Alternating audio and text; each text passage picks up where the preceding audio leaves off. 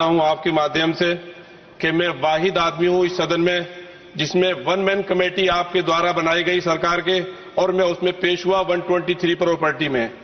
Justice Aryan ने जो report पेश की, आज तक वक्फ बोर्ड को नहीं बताया गया, चूंकि वो आपकी मंशा के खिलाफ थी और गवर्नमेंट की मंशा के मुताबिक नहीं थी।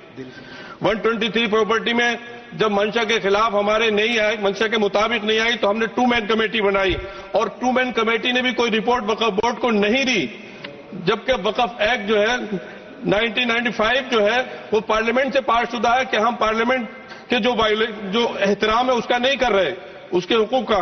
इसी तरह से सर सूबाई हुकूमतों को इख्तियार दिया गया। सर हिंदू एंडोमेंट में जो कर्नाटका और तमिलनाडु में है वहां कोई मुस्लिम नहीं हो सकता, और 26 में आर्टिकल 26 का वायोलेशन है। 4 धाम में ये लिखा हुआ वाज़ेह तौर पर कि सिर्फ हिंदू होगा। बिहार उड़ीसा में भी यही लिखा हुआ है। पंजाब हरियाणा में गुरुद्वारा प्रबंधन कमेटी में सिर्फ सिख होगा ओनली, और ये उनका अधिकार है जिसको माना गया है। लेकिन मुस्लिम के साथ में यह अन्याय क्यों है? और सुन लीजिए सर मैं आपकी तवज्जो के चाहता हूं, दुनिया का सबसे पहला वक्फ खाने काबा मक्के में है। क्या हम उसके ऊपर भी सवाल उठाएंगे कि वहां पर भी हमारा कोई हिंदू भाई हो?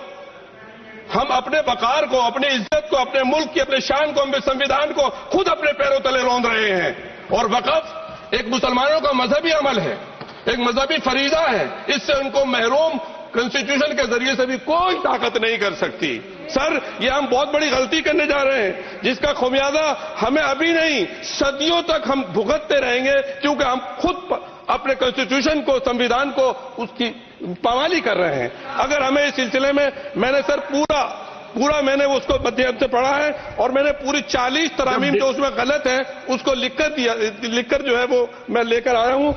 सर इसके जरिए से सरकारी अमले को बाज़ाब्ता तौर पर यह हक आखिर तो कलेक्टर को दिया जा रहा है, सर्वे कमिश्नर के इख्तियारात खत्म किए जा रहे हैं। आखिर सर्वे कमिश्नर भी तो गवर्नमेंट ऑफ इंडिया का होता है। सर ऐसे कैसे कर सकते हैं हम? और फिर सर उसमें मेरे मजहब के मुतालिक चीजें हैं तो वो कैसे कोई दूसरा तय करेगा? क्या कुरान में क्या लिखा है, फिक़ा में क्या लिखा है, इस्लाम में क्या लिखा है, ये आप तय करेंगे या मैं तय करूंगा? सर इससे हम मजहब में दखलंदाजी कर रहे हैं, इंटरफेरेंस ऑफ द रिलीजन कर रहे हैं। सर इस तरह के कवानीन से मुल्क की साख को नुकसान पहुंचेगा।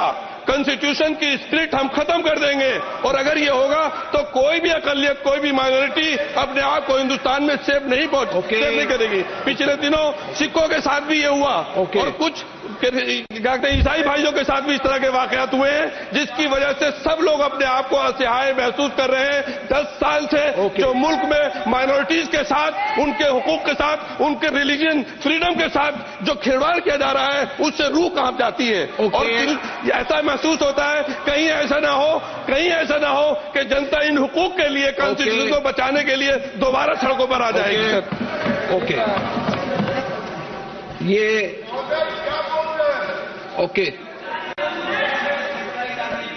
रूल 72 के तहत ये विषय है, इसलिए मेरा आपसे आग्रह,